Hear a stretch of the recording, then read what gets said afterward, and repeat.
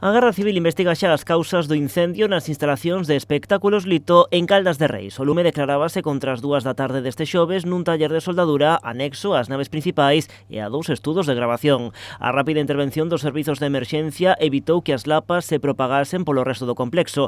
Iso sí, no interior do taller non quedou nada. Ardeu por completo todo o que había no seu interior, como equipos electrónicos e diverso material de traballo. Ademais, tamén se viron afectados varios vehículos que estaban estacionados na contorna pola caída de material incandescente. Por sorte, non hai que lamentar danos persoais. Foi unha persoa que se atopaba no interior das instalacións a que deu a voz de alarma. Con todo, ante a columna de fume que se chegou a erguer na zona, o 112 recibiu varias chamadas alertando da situación. Ata a zona chegáronse os bombeiros do Salnés, Protección Civil de Caldas e tamén a Policía Local e a Garda Civil. Ademais, participou no dispositivo unha dotación dos servizos forestais da zona que colaboraron na extinción do lume con ata 5 motobombas. A media tarde, o incendio quedaba xa sufocado por completo, só queda por determinar a súa orixe.